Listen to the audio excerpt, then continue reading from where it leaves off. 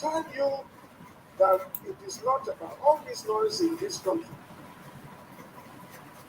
It is about taking over the land. And I will read this so that you appreciate what I'm talking about and you appreciate my point. This is a summary of the deliberation by Fulani Nationality Movement, January 13th, 2018, January 2018 to 14th January 2018. That was when they held this meeting in Ghana. And they issued this question. Listen to it very well.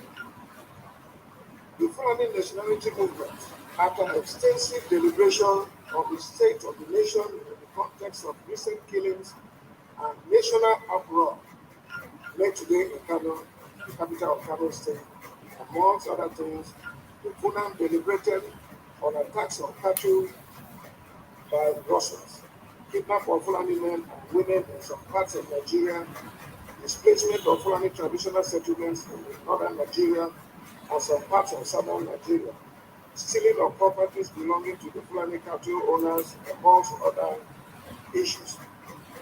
The group also deliberated on the political situation in Nigeria occasioned by the irresponsible calls for the structuring of Nigeria, an historic and vicious attack on Fulani people by southern nationalities and their cohorts in the Middle Belt. We plot to ensure Fulani are pushed out to backbench in the power equation in Nigeria, and above all, a vicious campaign against the God-ordained place of Fulani as a leading star guard in Nigeria. And after extensive deliberation, we hereby make the following declaration. Listen very well. A. The killings in Benue State of the thief is well deserved. It was a revenge. It was a revenge attack on series of onslaught on the Fulani, which most parodies on November 17, 2017, and when 30 Fulani men and women were killed in Nasarawa State. We noticed the recalcitrant culture of the thief people as demonstrated even in the 1804 jihad, when they obstructed our ordained conquest of Nigeria. B. We condemn the media propaganda again to wage war against the Fulani and supported by Yoruba Igbo and their bigotry allies in the Middle Belt. That we are aware of plots by minority ethnic groups in the Middle Belt to attack Fulani settlements. D. That we have asked all Fulani across West Africa to raise money and arms to prosecute the oncoming war. We call on all Fulanis to prepare for this holy war. There is no going back. All over the world, Nigeria is the only country given to Fulani by God.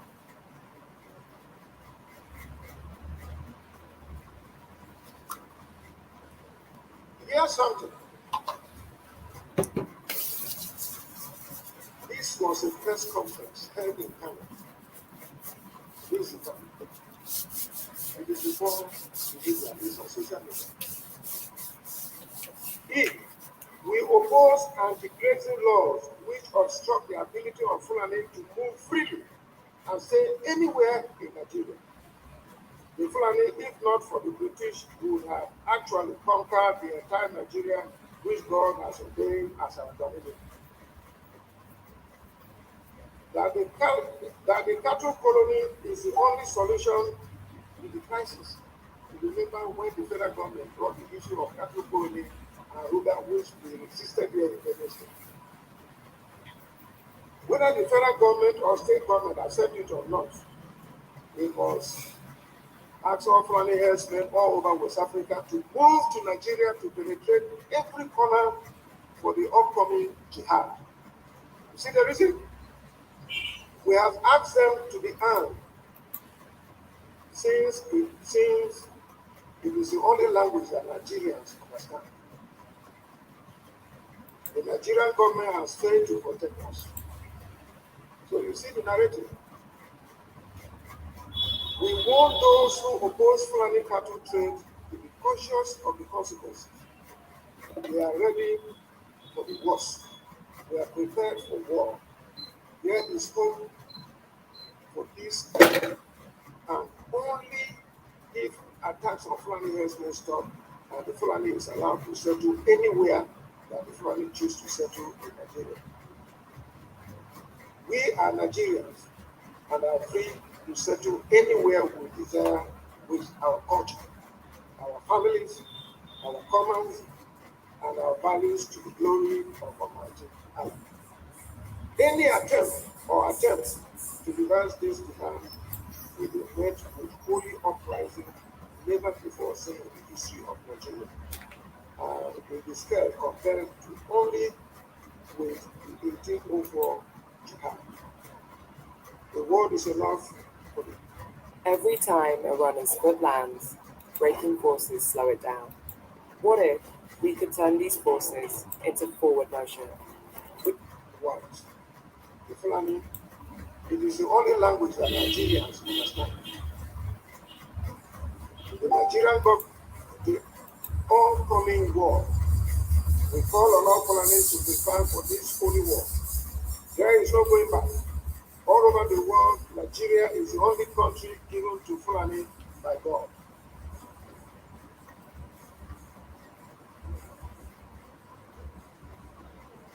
Here's something. This was a press conference held in Canada. This is a public program. It is before the media, it's on social media. If we oppose anti-grazing laws which obstruct the ability of Fulani to move freely and stay anywhere in Nigeria, the Fulani, if not for the British, would have actually conquered the entire Nigeria which God has ordained as our dominion. That the cattle colony is the only solution to the crisis. Remember when the federal government brought the issue of cattle colony and RONU, which we resisted here in Livestock.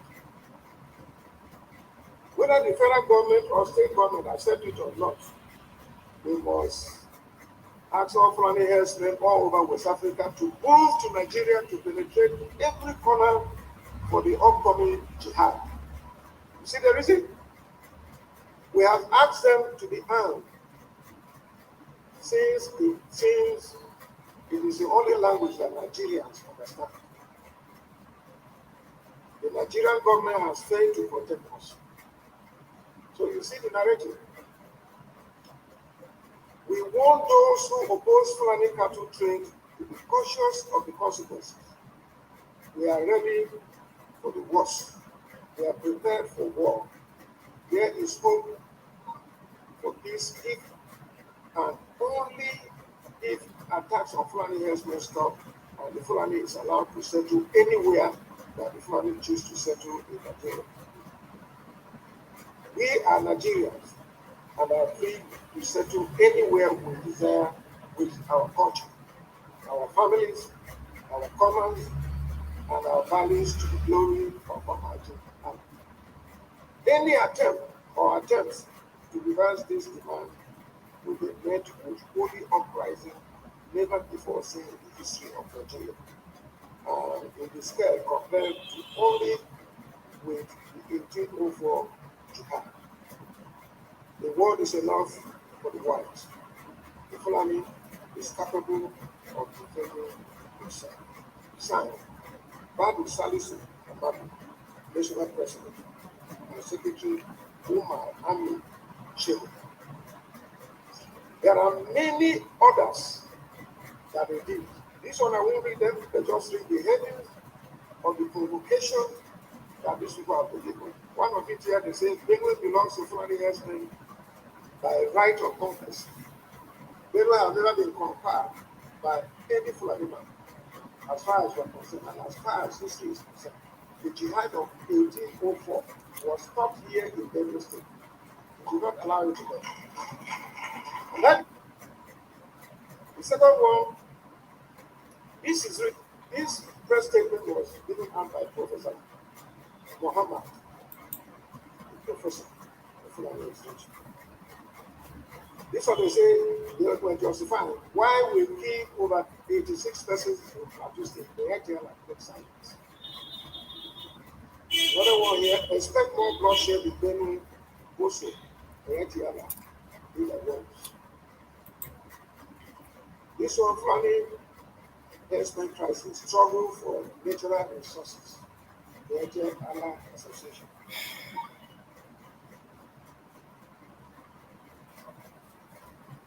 And another one, they gave the first statement when they killed over 86 people in the country. And there are many others that are taking place. So you can see that this thing is deliberate. It is an orchestrated plan to wipe out the people. It is not about that. The macro statement is there. And what I did from 2017 to 2018, I wrote 5 good letters to the president. I marked them, especially when the strikes came. And I knew that they knew what I become good. I did, and no action was taken. I wrote to the security agencies, no action was taken. And as you can hear, and there are other press interviews that Mayor Diala came out clearly and accepted that they took responsibility for the killings in Benue and other parts of the country. Those who are in Abuja under heavy protection of the security forces of Islam. Nobody has invited them for the question or the big responsibility as these people are. So you can see the level of injustice, unfairness to other citizens. Are we second citizens in the country? That is the point. People Fulanese themselves, they know. We all came from somewhere.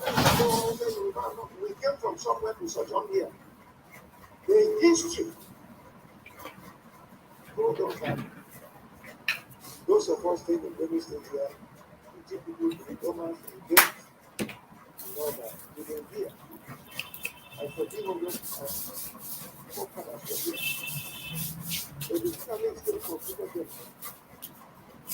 I said that in 1800, did all the Hausa chiefs that were there and so forth. One Hausa prominent man met me and told me, Ortom, I pray for you people. Me, I cannot do it. I'm a governor like him, but I cannot do it. If I do, they will kill me. But I pray for you every day. That look, we Hausa, we are slaves. Since 1800, we are slaves. And we don't know what to do. They have taken over. By what you are doing, if God helps you, that is why I pray for you, God helps you, so that it may be one day we have something to do.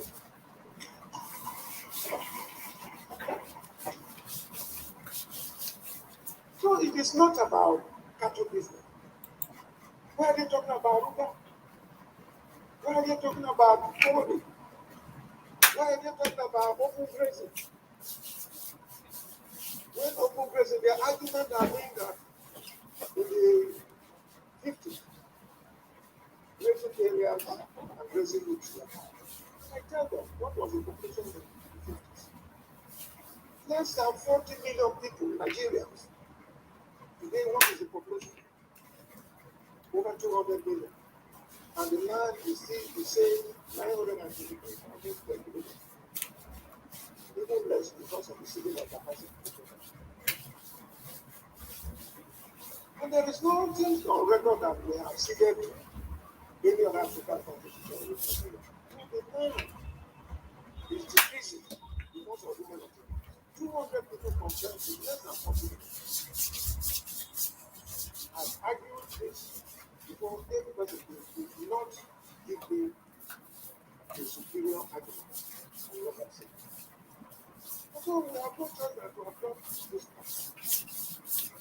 Because it's not about as we can to be contradicted by anyone. But what I'm saying is that if it is about business building, about rearing cattle, ranching remains best practice. Because if you go to my farm today, the cattle you see there, they are well fed, and we are feeding them with a prepared feed from لما قررت تحط اعلان على النت عشان تبيع عربيتك لازم تبقى عارف النتائج اللي بتعمله. تليفونات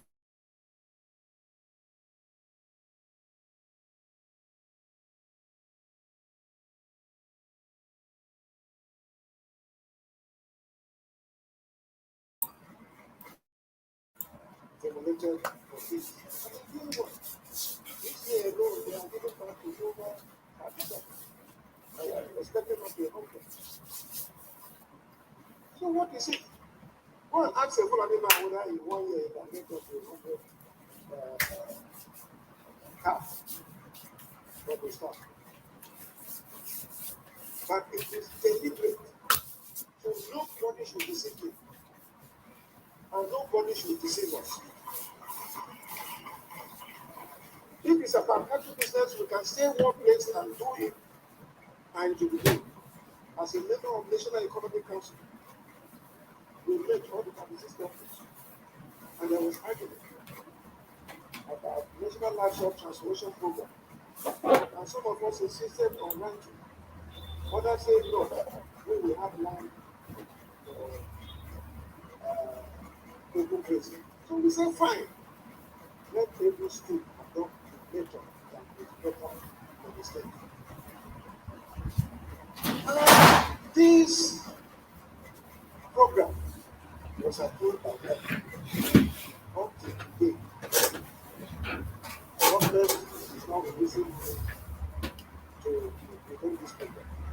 But when it was legal or cattle policy, hurriedly, they brought money.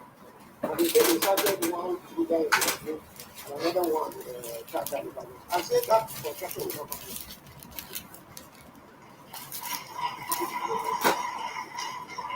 I said the contractor will not come, and thank God my people rose up and took cutlasses and sticks. I said, let contractor come here. They went and removed the signboard, and I said, that is not it.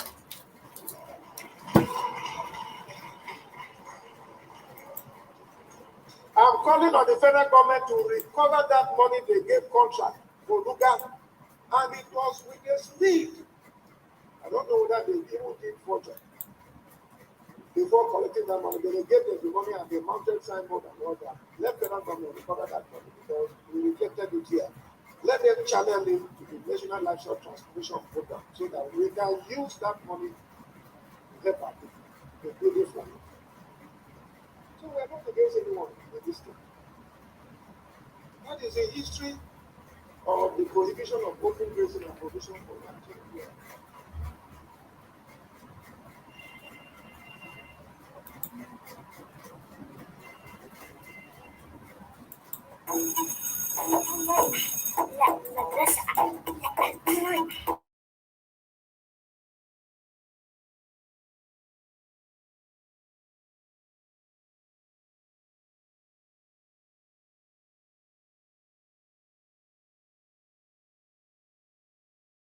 Weeks ago, Mr. President challenged Nigerians that whether he is not ruling this country according to rule of law. And I came up swiftly and said that, Mr. President, if some people are deceiving you, let me tell you the fact on ground. You are not ruling this country according to the rule of law in all aspects. Some aspects, yes, but in other aspects, you're not doing it. And here we are. Let me tell you, is Mr. President not having an Attorney General to advise him on what the law says about land administration? Everybody knows. I'm not a lawyer, and I must not be a lawyer to know what land administration in Nigeria is, because there is a Land Use Act enshrined in the Constitution of the Federal Republic of Nigeria. And It amazes me for Mr. President to come out to say that he will revive obsolete grazing reserves and grazing routes. Where are you going to have that? I have had personal conversation with Mr. President, and I've had personal conversation with Mr. President handlers. And I have said, look, when we had grazing routes and grazing reserves, what was the total population of Nigeria? Less than 40 million. This was when it was initiated. But then it was as a result of the laws governing northern Nigeria. Today, as I talk to you, we're over 200 million people. So how do you expect the same thing? The land that used to exist have not increased. It is the same 923,000 square kilometers that we had, but even less because of the ceding of Bakassi to other parts, to the Cameroons. Now, you are talking about in 2021, you're saying that open grazing should supersede every other activities of government, whether it is schools, settlements of our people, roads construction, and other markets and other activities of human beings. Then I begin to wonder, how are we going to achieve this? So if Mr. President respects the law, the Land Use Act gives the governors the power to preside over land administration on behalf of the people that they govern. And so that is where we are. And it's amazing, and I'm surprised to hear this coming from Mr. President as if he doesn't have an attorney general, as if he doesn't have lawyers around him to advise him. I think Mr. President was misquoted, or he did it out of error. And he should come out and apologize to Nigerians, because there is no basis whatsoever for this to be going on when we know we have a constitution and the laws that are available. The point is very simple. We have National Economic Council. This is Mr. President's council, inaugurated by him and chaired by the Vice President of the Federal Republic of Nigeria. The 36 governors and some key ministers, including Minister of Federal Capital Territory, are members of this council. We saw this coming, and we sat down and said, how can we resolve this? The entire council came out with a resolution and let us establish a committee that will go around and assess the situation and come back with recommendations that will help curb these problems that we have in Nigeria today.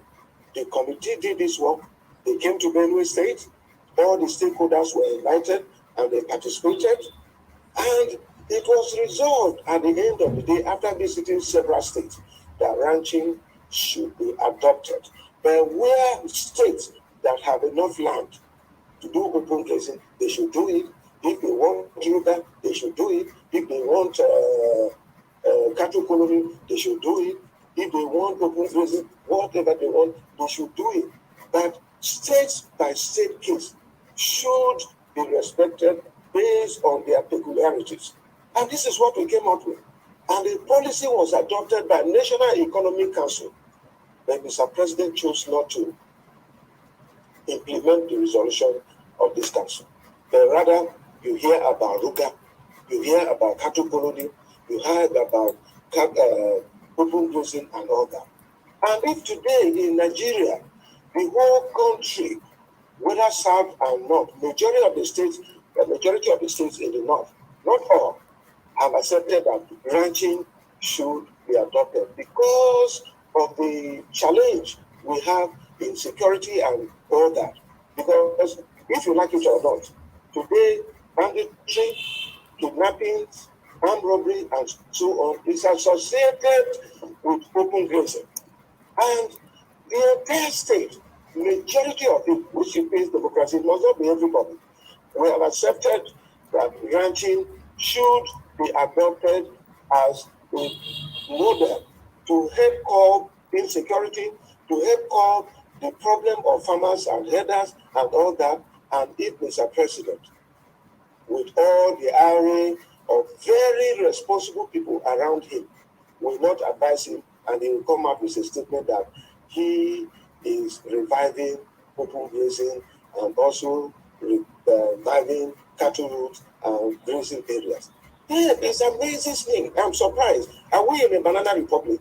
Yeah, but Your Excellency, let me just follow up on something in your opening remarks when you said you had spoken with the president and on a separate occasion, his handlers on a separate occasion. So, what was his response when you spoke to him about this? His response, Mr. President has a set mind. Let me tell you, I have spoken to him personally. And his outing publicly also confirms what he told me. Mr. President believes that for peace to reign in Nigeria, there must be open grazing. There must be provision for cattle routes. There must be provision for grazing areas. And according to him, Mr. President feels that those grazing areas that were enacted, especially in the northern states, and cattle routes, those who have encroached on it, because I raised it with him, and he insisted that those who have encroached on it should be relocated. And that was why I told him that, look, we're no longer in the 50s. We're no longer in the 60s, because the population have overgrown the land what we have. Land is not increasing. But today, we have over 200 million people compared to the less than 40 million we had in the 1950s. So there is no way we can talk about open grazing. In my state, for instance, there is no land for open grazing, but there is land for ranching. And this is the global best practice. If we accept this, this problem will be over. And that is why most of my colleagues, in fact, the entire of my colleagues, irrespective of their party affiliation from the South, accepted that, look, the way to go, it is ranching. Most of the states in the North have also accepted that, look, the way to go, it is ranching. And I have recommended to Mr. President and his handlers that, look, just like we subsidize agriculture and provide subsidy for fertilizer and all that, we can do the same thing for husband, because ranching, it can be a little bit expensive compared to open grazing. So we can actually help these our headers by ensuring that we have subsidy for, in terms of water we provide, because their cattle takes a lot of water, in terms of feeds that we provide. And we can devise several other ways. And I can assure you, I'm a farmer, and I know the challenges that we're talking about. I have a ranch, and I know the problems accompanying this. But at the same time, I know the potentials that we have. This is another way that we can provide millions of opportunities, millions of jobs, and also empower our people who, for now, when they cultivate rice and harvest the straw or soybean, when they harvest the straw and all that, is wasted and it is burnt. This can be turned into feed. That is what I use in my ranch. And I've been saying that we can do all this. But Mr. President doesn't believe that. So I was not too surprised, but I was disappointed that after the entire country is talking about ranching. You have heard what Raji said, and many other responsible Nigerians who want this to be solved. But because I think Mr. President is pushing me to think that what they say about him, that he has a hidden agenda in this country, it is true, because it is very clear that he wants to Fulanize. But he is not the first person who was Fulani president. Shagari was Fulani president. Yaradua was Fulani president. They were the best president in the history. But President Buhari is the worst president when it comes to issues of security and keeping his promises. Go back and check in 2015. What did he say? Human rights issues. He talked about press freedom. He talked about the economy. He talked about corruption. He talked about security. Tell me one thing that Mr. President had achieved. He has achieved some level of development in other sectors. But truly, these prominent things that is a concern to Nigerians, and we're all worried. Tell me where Mr. President have come out to address this matter. Is this corruption? We are worse in the history of this country. That corruption is driving Your Excellency, it's interesting that you also score him well in some areas.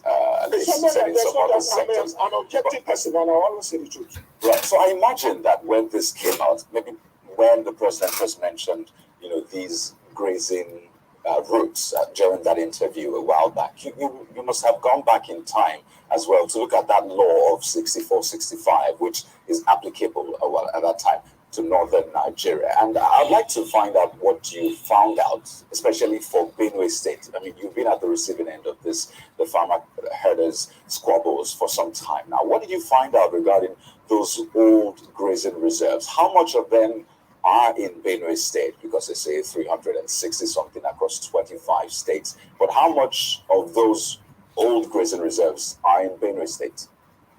My brother, let me tell you, there is no grazing reserve. They are just trying to impose it on Benue as of today, just to punish us for our stand against the Fulani agenda of Mr. President. What do you say? There has not been any gazetted grazing reserve or grazing route here in Benue State. Why is Mr. President trying to impose his will on Benue people? This will not be accepted. But even if the grazing reserves and grazing routes were applicable to Benue State today, we are no longer in the 60s. We are no longer in the 50s. And there is an act regulating land administration in Nigeria, which gives the governors powers to preside over land. There is no politics. It is not Mr. President. This is a federation. Mr. President has his own responsibility, and we have our own. What we do is to complement each other. If federal government wants land, as I talked to you, and I have been given to them, they will apply from me in Benue State here. All the federal government agencies who apply for land, we give them. But it is through the land administration in Benue State. So that law, it is no longer applicable to Benue State. It is no longer applicable to other parts of Nigeria. And I think that Mr. President is wrong. And that is why I say that the lawyers around him, very senior lawyers, very responsible people, why can't they advise Mr. President that what you're saying is wrong? They should be able to advise him before this thing happens, because it's contradictory. Let me tell you, even Mr. President accept ranching, or is it because he comes from Katsina State that they can give 6.5 billion naira for ranching and come back to say that other states must do open grazing? And you also heard the governor of Katsina State who said that open grazing is un-Islamic. Katsina State is predominantly an Islamic state, and he said that open grazing is un-Islamic. So is the Bible. In Exodus, the Bible bans open grazing. That is even before we came here.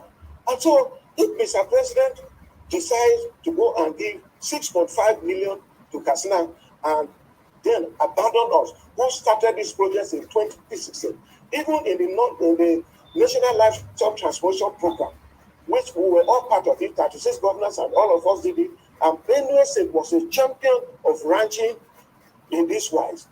Mr. President has not cared to even put Benue on the map of the 7 pilot states that are designated to do ranching in Nigeria. So you begin to look at this level of injustice, unfairness, and inequity against us. Is it because we have stood against his Fulanization agenda? Mr. President when he came in 2015, he said that he wants to be president for the entire country. He will be for nobody, but for everybody.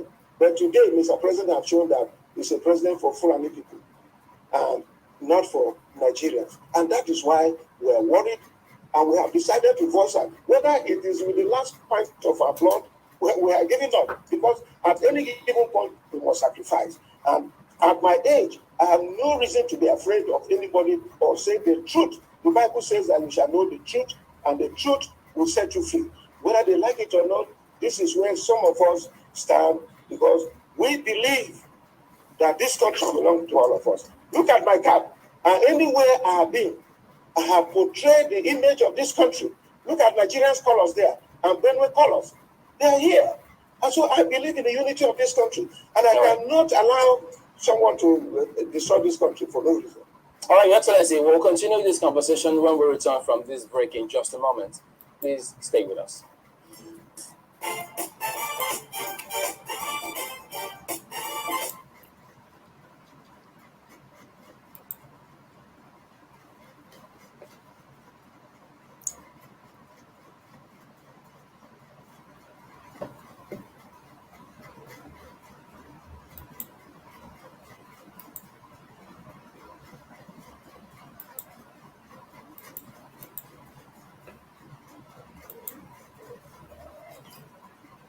That is the point. Mr. President is President of the Federal Republic of Nigeria. And he cannot restrict himself to Katsina, where he comes from, alone. He must reach out to other states, especially states that are prepared for ranching. That is what he would have done. And that is what I'm saying. That every state in Nigeria that wants to do ranching, like the entire southern state, should also be supported with any support from the federal government. And those in the northern states that want to do it, they should do it. There are other states that have accepted that they want to do open grazing. Mr. President should support them to do open grazing. We are not against that. But you can't select Katsina State, where is your state, and then allow some of us out.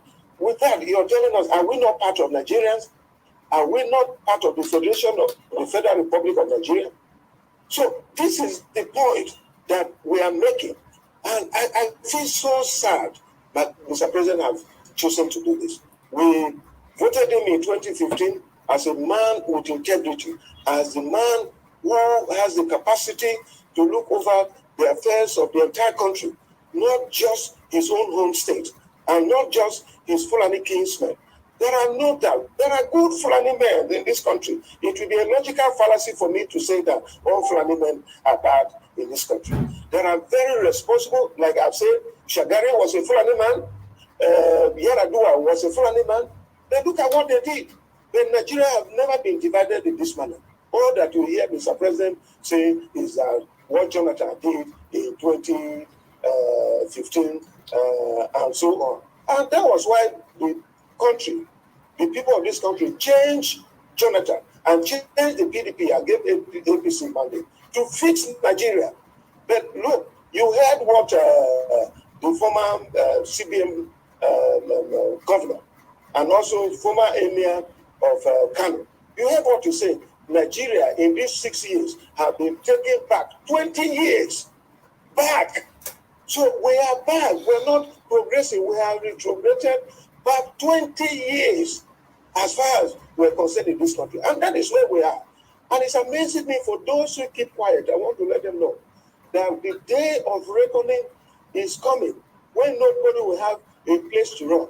It is our right, it is our duty to call Mr. President to order that where he's taking this country is not correct. And that is why I commended him when he sought from Nigerians that, look, is he not governing the country well? Is he not governing the country according to the rules of the law? Is he not governing the country based on the Constitution of the Federal Republic of Nigeria? I came out the following day and swiftly told him that, Mr. President, if anybody tells you that you are governing the country according to the Constitution of the Federal Republic of Nigeria, they are telling you lies. They are just psychophants and mediocres trying to milk from you. Otherwise, look at the Federal Character Commission. Are we saying that the appointments at the federal level, is it what represents federal character in this country? Is it not nepotism that is going on? Look at everything. And Mr. President seems to keep a blind eye, and people keep quiet. They don't want to say it. But for some of us, we are giving ourselves that whatever happens, for speaking the truth, let it come. I'm not just a Christian, I'm a born-again Christian. And we believe in the Bible. We believe that other religions should also live. That is why you have not had any religious crisis here in Benin State. Because whether you want to be a Christian, you want to be an Islamic scholar, or you want to practice Islam, you want to practice paganism, you want to practice native religion, you're free to do that. But others are afraid to do that. But where people are just trying to coerce us, look at who they attacked. As I talk to you, how can I be a happy man when I have over 1.5 million IDPs every day crying, staying in the rain? What has Mr. President done as the president of this country? I feel pain, and I feel so sad that we're really disappointed here in Benue State, and all that they do is to insult me when I say the truth and try to advise Mr. President. They stop me from even visiting Mr. President. Then they provide funds for other states to solve their basic problem. I came here in Benue State. I had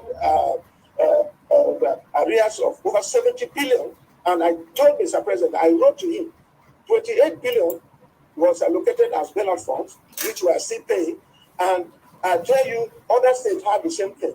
But now Mr. President has chosen to give it to other states that are APC with him. No wonder a former chairman said that when you are APC, your sins are forgiven and everything will go right. Is a president for APC or for Nigeria? So these are the issues. Well, and quite a lot of them you have raised indeed. You know, it's quite important, especially when you talk about that religious freedom. And I think that's the way to go clearly, especially because we've seen what this can do. But it's like we've been here before, really, because you talked about we've gone back 20 years. And I recall that time as well, there was the first National Livestock Development Project, the FNLD, now it's NLTP. And at that time, the federal government gave 50% of the funds, states contributed 25%, and the World Bank gave 25%. That was at that time. And now that you're saying, well, you're open to having, oh yes, so now that you're saying your state is open to getting some sort of seed fund, like Katsina State got as well, in what way would it work? If the federal government is given, how much stakes, how much say will the federal government also have in how the business is run? There is a National Livestock Transformation Committee here in Benue State, and we leave room. And we're not just talking about ranching cows, we're talking about ranching pigs. And in any case, I'm a chief man from Benue State. If you ask any chief man in Benue State that which is the sweetest meat in the whole world, they will tell you that pig is second, because they have not had the privilege of eating all the meat in the world. So we are also ranching pig here in Benue State and other forms of livestock, and even poultry, where we're doing it. So in the document of the National Livestock Transformation Plan, we captured all this into it, and we are ready to key into it. The government was supposed to give us some seed funds, so they now gave it to Katsina State and left some of us who were champion of this ranching out. And that is why we're not happy about it. We are ready at our own end. Even now, if you come to Benue State, you can see a number of ranching here and there and all that. Well, all this narrative that they try to insult that Ortom sent Fulanis away. Some Fulani men are my best friends as I talk to you. And nothing like that has done. We have not sent any Fulani man or Hausa or Yoruba or Igbo man away from here. If you want to do livestock business, the only thing we say is that obey the laws of the land. And we'll be home with you. We have no land for open grazing, but we have land for ranching. If you want, apply. And there we are going to give you. Benue State is a peaceful place for all. But as I talk to you every day, because of the body language of Mr. President, Mayati Allah have continued to sponsor terrorists and bandits and killers into Benue State, and they have been killing our people. But recently I spoke to my people, and they told me whether it will require Mr. President, especially when he made that pronouncement about open grazing.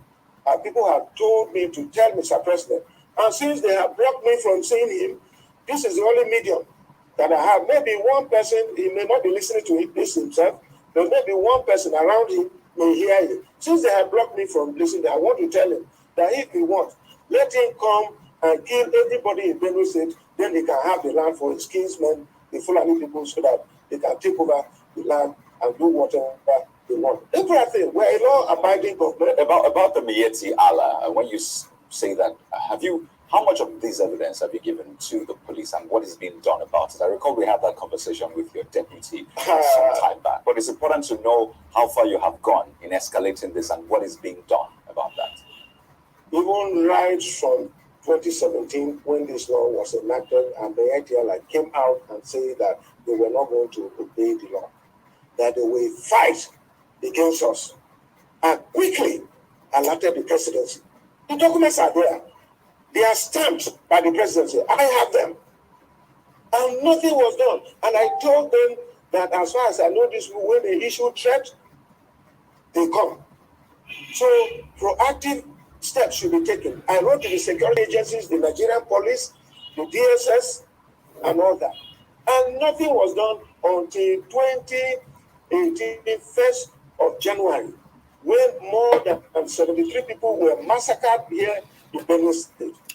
And I said, wait to Mr. President, and all that I heard from him was to tell me that I should go and learn and tell my people to learn to live with their neighbors. Neighbors with AK-47 who come and kill our people, rape our women, rape our children, destroy our ancestral homes, and tell us that we cannot do anything. They are in power. And you want me to keep quiet. For what? I have allotted the presidency and at interval several times, not once, not twice, not thrice. I have allotted the presidency and nothing was done to cooperate. May I tell us, as I talk to you, they are in Abuja with Mr. President, going in convoys with enough security men that men paying for taxpayers' money in Abuja being protected as I talk to you. And they talk rubbish. They own up to the killings in Benue State, and I wrote to the security agencies, I wrote to the nothing has been done. They even attempted assassination of my life, and their wing called Fulani Nationality Movement said they were going to take over this country by force because Nigeria belongs to them. That they have no other than Nigeria. The police, eventually they said they were investigating that matter. They sent analysis about that. What is the latest information about that from the investigations being carried out? The last one I heard was when the Inspector General of Police said that they are investigating it. Not what I said. But what I say, I have not been told to me what is happening, what was the outcome of the investigation as I talked to you. And when the people that were sent here to investigate this matter came to bring me before they left for Abuja, they told me that they arrested some Fulani men. And until today, I have not heard anything. The governor of a state were just 36 and attempted assassination on him. I was with security men, so I couldn't have been lying to say that I ran for 1.5 kilometers. I did run. They would have killed me. My security details, ask them, they are here. They are agents of the federal government. They worked hard. They chased those people out and had to pull me aside, and I ran for 1 hour, for 1.5 kilometers. Those who say that Ortom was lying, a 60-year-old man cannot run.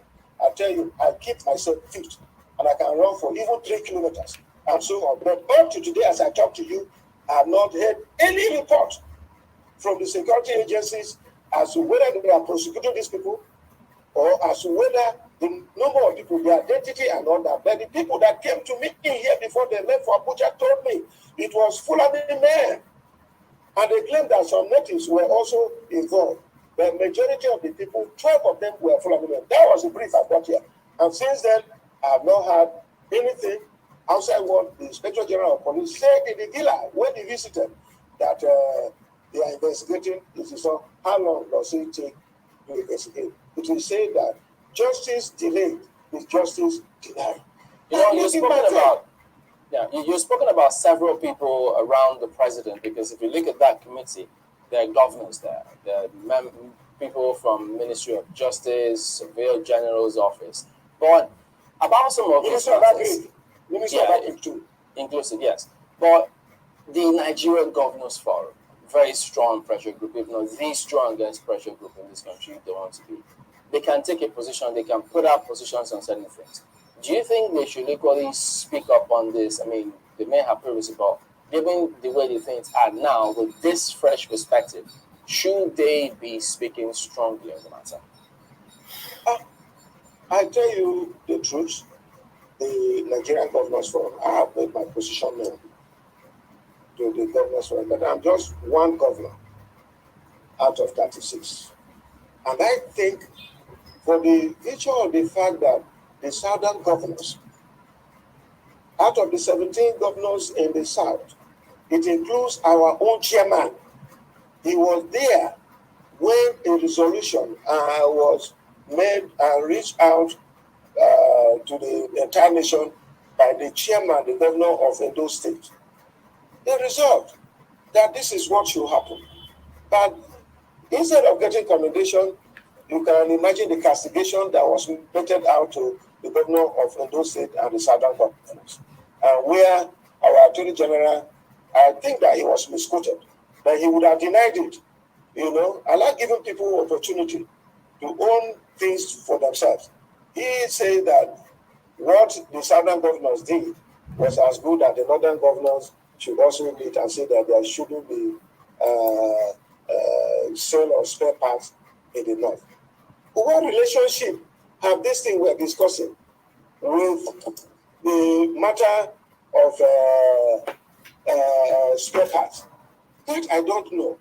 So I think the position is known. And as I said, most of the governors in the north have spoken.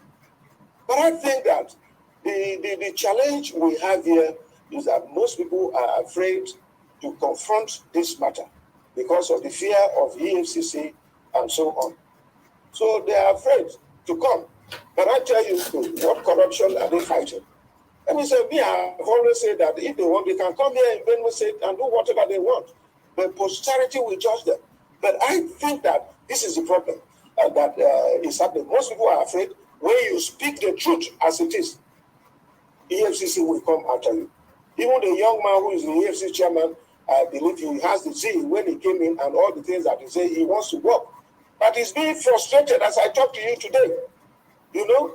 So this is the point. But I have made my position, and the majority of the governors in Nigeria have made their position that the presidency is frustrating this. Otherwise, how do you account for the decision and the policy that the National Economic Council made on solving this problem once and for all, and the presidency reversing it, that quickly they should go there? The Benue said nobody will come here to talk about that.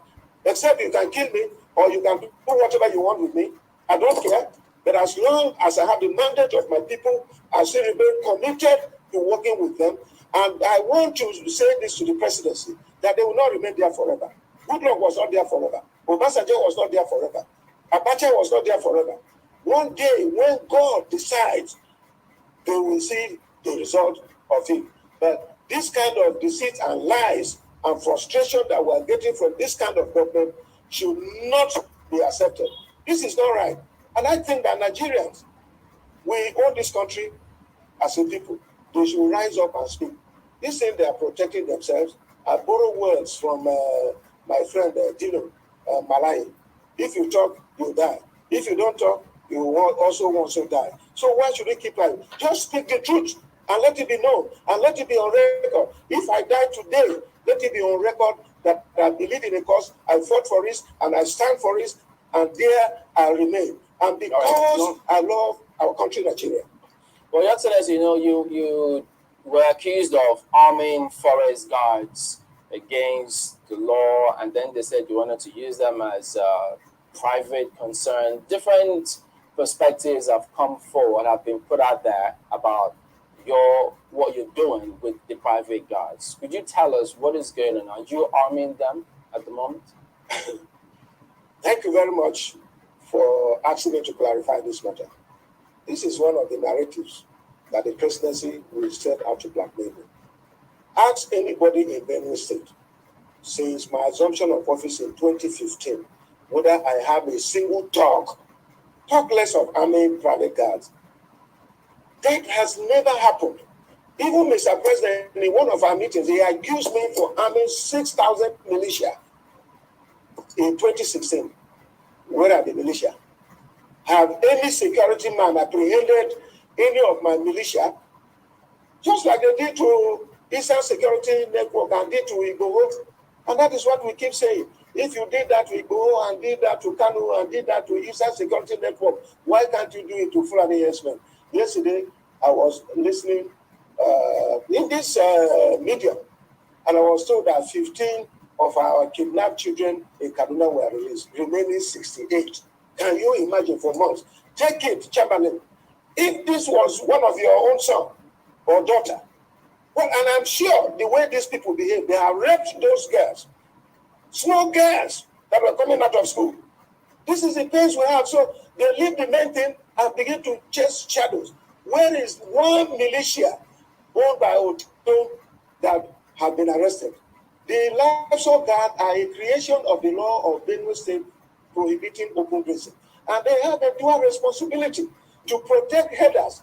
If you ranch your cattle here and anybody comes to Russia, the person will be arrested by this Livestock Guard and in collaboration with the security agencies, and the person will be prosecuted.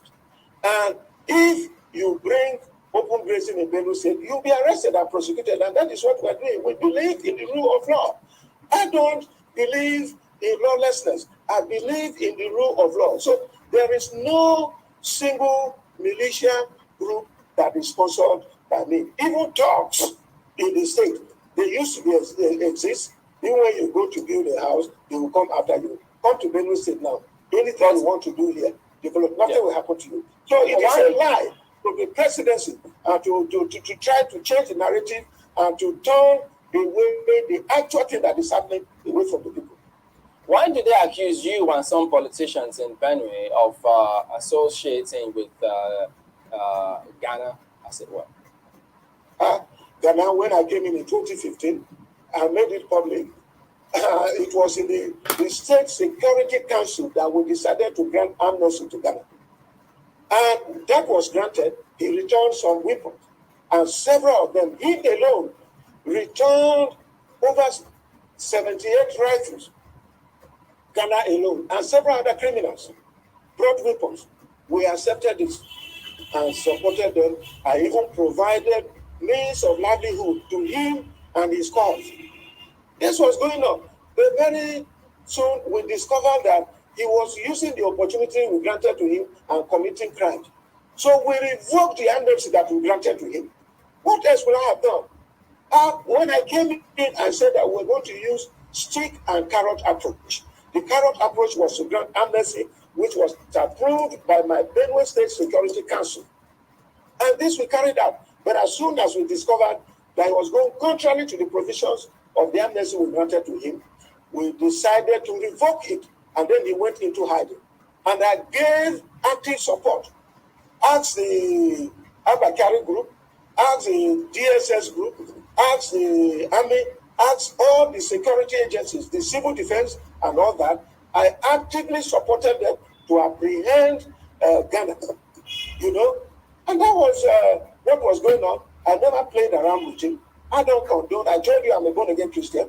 And I know that even the things that I do, if I cannot account to the people that I represent, God will also ask me one day, Ortom, what did you do? So it is not about the people, but it's about my faith before God Almighty on my last day and on the judgment seat that I do. So I have no single dog, I have no single militia. You can come and ask them. In 2015, no militia, no talk, made me governor. In 2019, no militia, no talk. But the people of Benue State, so I work with them and periodically I have stakeholders meeting with them. Like I'm going to have another one on Monday on the privatization matter that so many people are using to blackmail me and so on. And we'll discuss a number of issues, including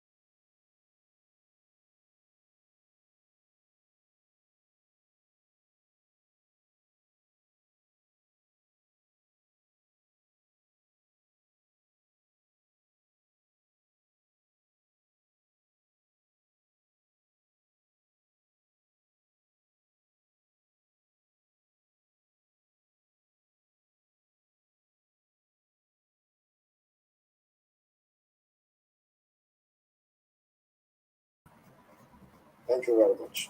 بالفكت الأوريجينال عشان شعرك يكون صحي وبشرتك نضيفة وضوافرك قوية.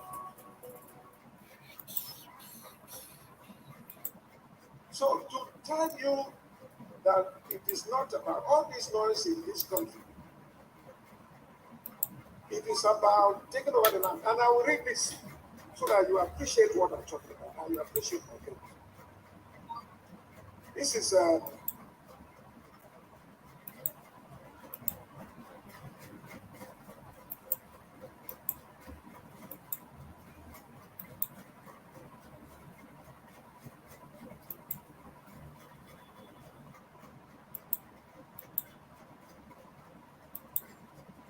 they say Fulani are found in Anambra, Fulani are found in Enugu, Fulani are found in Lagos, Fulani are found in Ondo, Fulani are found in Bayelsa, Fulani are found in here, Fulani are found in there. And for that reason, they are changing history right in front of your eyes. And nobody is paying attention. You don't know the school, you don't know the paper, you don't know the book your children is reading. Let us listen to the video again because this is very, very important.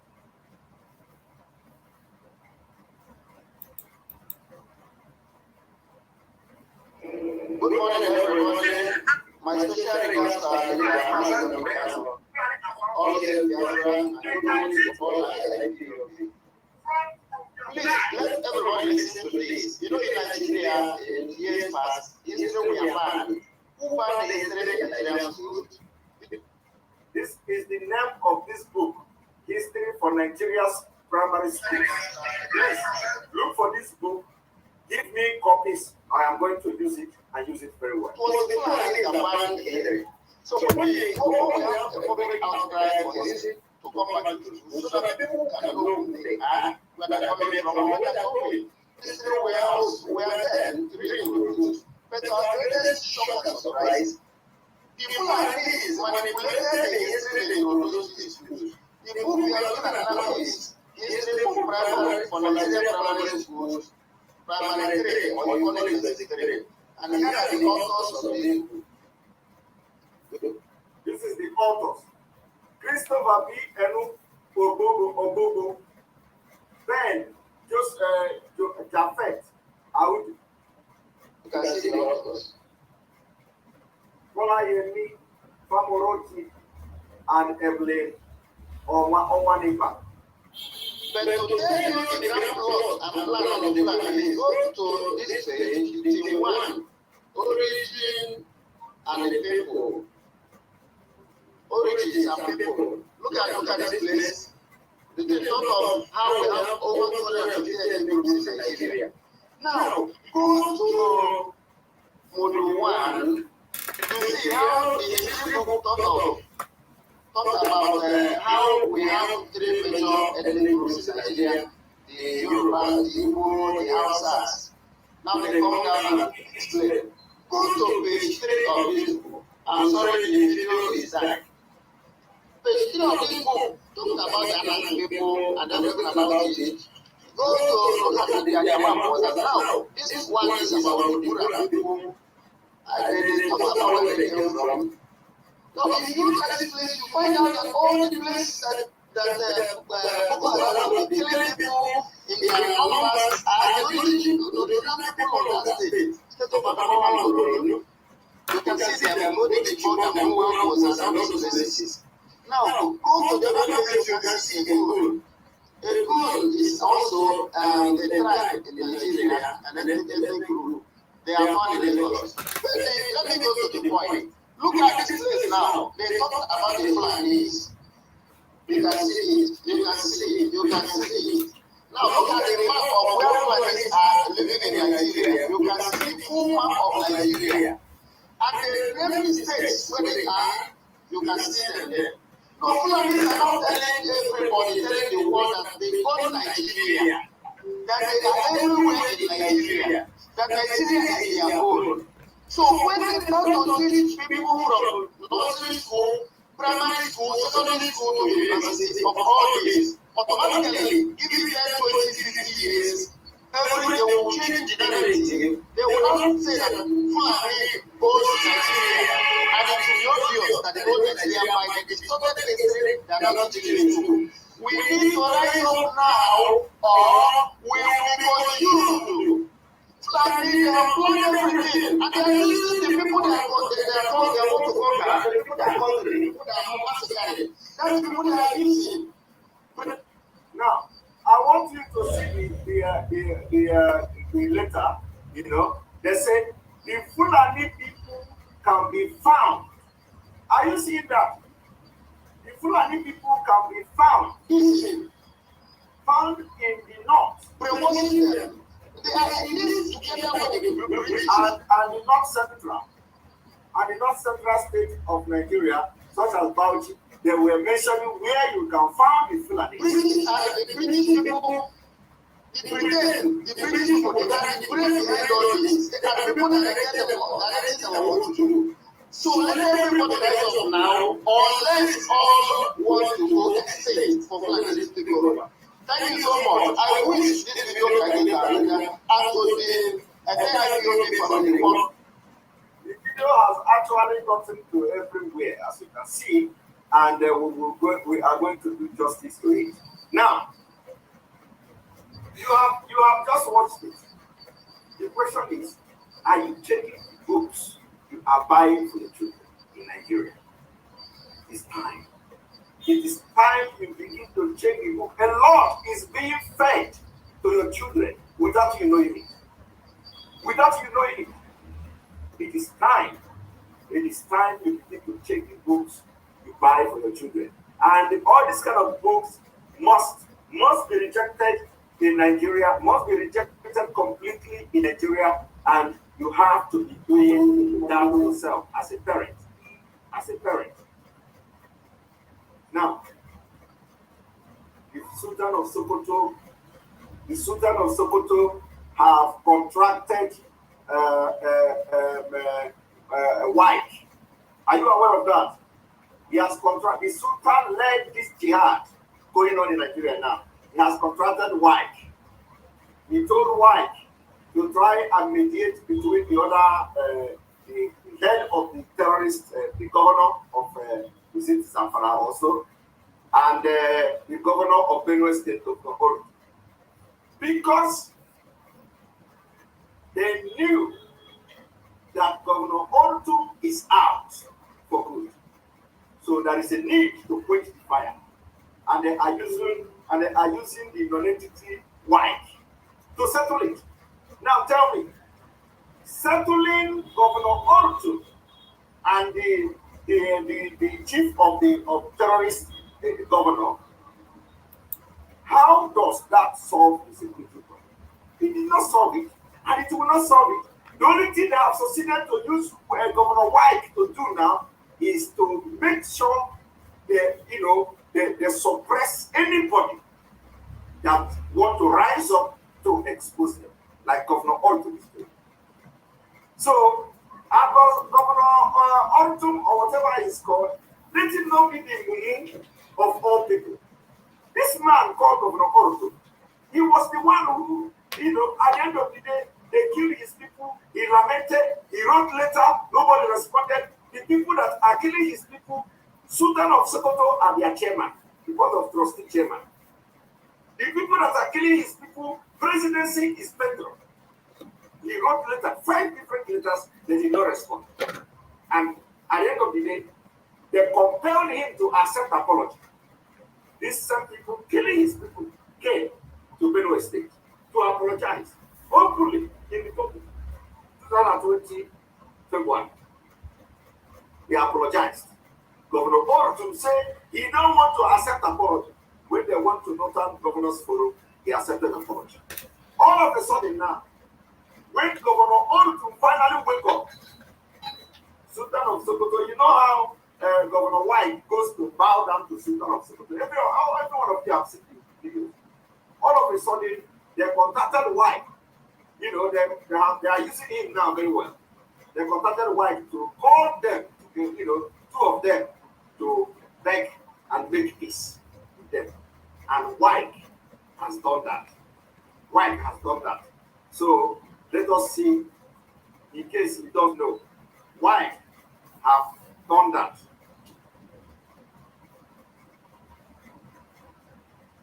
opponent.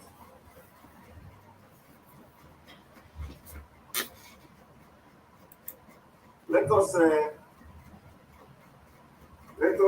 continue. I'm going to bring that video, of course, to you, but let us watch this particular.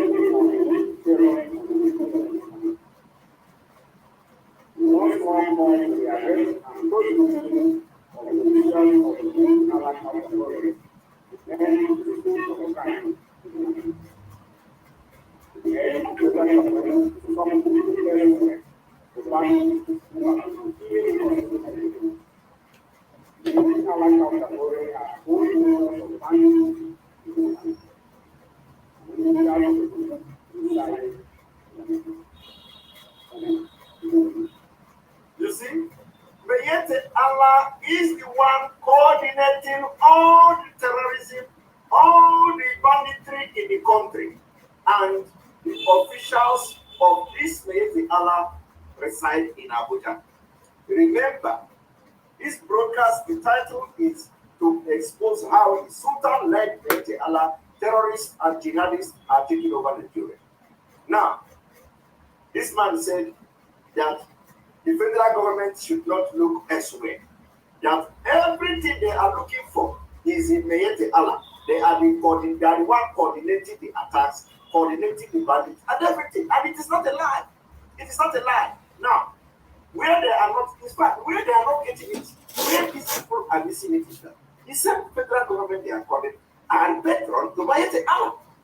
How can they? The people are yet to get our message. Our message is that the federal government is using Mayete Allah for the conquest of Nigeria. Is that so difficult to understand?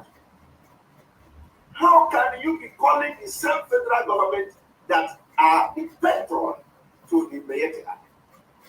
And the Sultan of Sokoto is the chairman of board of trustees of Mayete Allah. So what is wrong with you people? How can you be calling the federal government?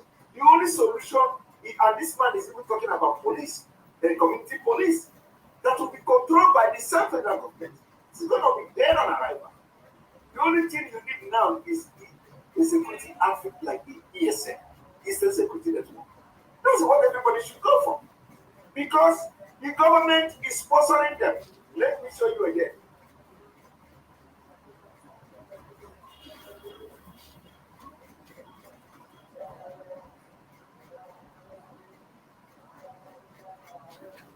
Moment.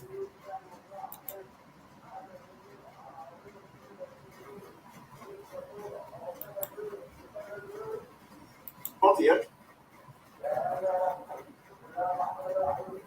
You see, what this person is saying is that government sponsor and fund them. I give them idan ba gwamnati ta daure wanda yake cikin daji ya ta'addanci ba Allah ubangiji ya tsine ma Allah dauki rayuwa ka a wurin illa ce saniya aka san shi da ita sai noma saniya ba ta yi bindiga iri AK-47 mahilla ce bai da magana da zai kera bindiga AK-47 gwamnati ke turowa har muka samu mu kuma wallahi dalilin da ya sa billahi lazi shekara na 7 ina makarantar allo amma lokacin da na dawo na tsinci kaina a cikin wannan abu wallahi ina mamaki kullum ina tunanin rayuwata saboda mahaifana akalla a kasar dan banga da su tashi idan ba gudu. What he is saying is that for those of you who do not understand what this man is saying is that, let me even see whether I can read the translation to you, to most of you, to understand what this man is actually saying. He said, I swear to the Almighty God that the government is the one arming us. We Fulani don't know guns. We only know cows and how to rear cows. Cows don't give birth to guns. I swear to God, we just sat down and we are supplied AK-47 by the government. I am not afraid to say the truth. I attended Islamia, and when I finished my school, we were given these weapons. I am wondering what I will do with my life now.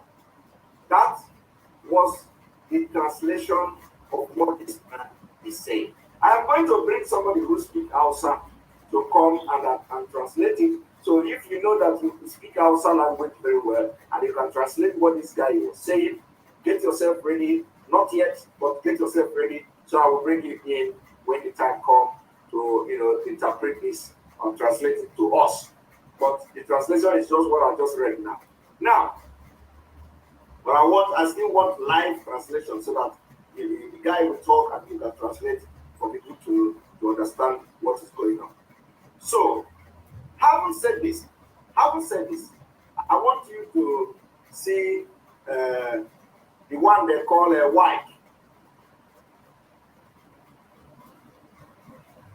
He is now their servant that will unite those who are fighting to protect their own people.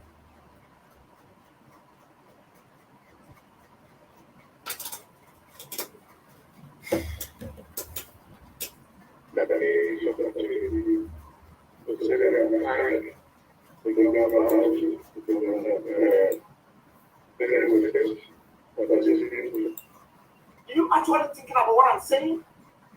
You want to settle their differences. جامعة عمان الأهلية أول جامعة خاصة في الأردن